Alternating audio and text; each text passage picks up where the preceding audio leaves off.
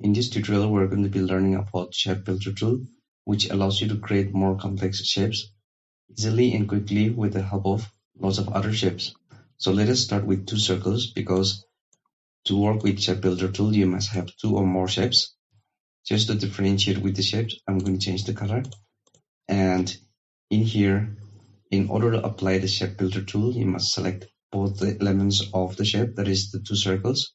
And if I select the Shape Builder tool and drag my mouse around the shape, as you can see, a red outline has been created around the shape, which shows how our final shape would look like.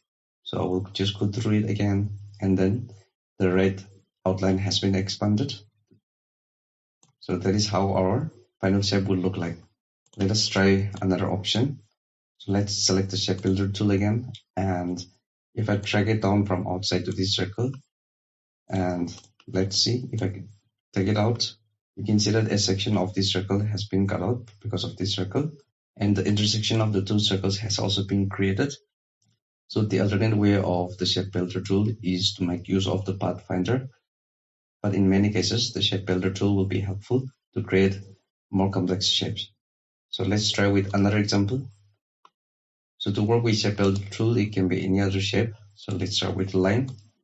Here I'm going to draw a line and increase the stroke. And along with that, let us draw some other circles. And to practice with the one which I'm doing it right here now, you must have the Smart Guides turned on. For turning on the Smart Guides, you can go to View. Make sure that the Smart Guides is also turned on. Okay, so let's align this circle with the line.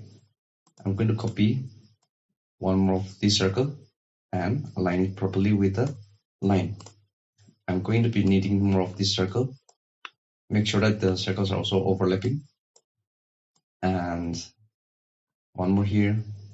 And let's draw one more here. I'll make it bigger so that the circle overlaps. And now we know that in order to apply the Shape Builder tool, we must select all the elements of the shape. That is all the lines and the circles. So I'm going to select all part of this area here and select the Shape Builder tool. And if I click and go through the circles, you can see that the red lines has been created, which allows you to take a preview of your final shape. So I'm going to go through again and select all the areas. So if I select that, you can see that the line part has not been selected. So in order to correct that, you can go to the circles again and make sure that it's properly aligned along with the line. Even this one here, I need to align it. I need to align the circle properly with the line. Okay, now we can select all the circles and apply the same step and go through the line area also. And now you can see that our final shape has been created.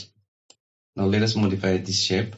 So for that, you need to select the shape, increase the stroke, and I also want rounded corner of these edges. So that is to work with the options of the stroke.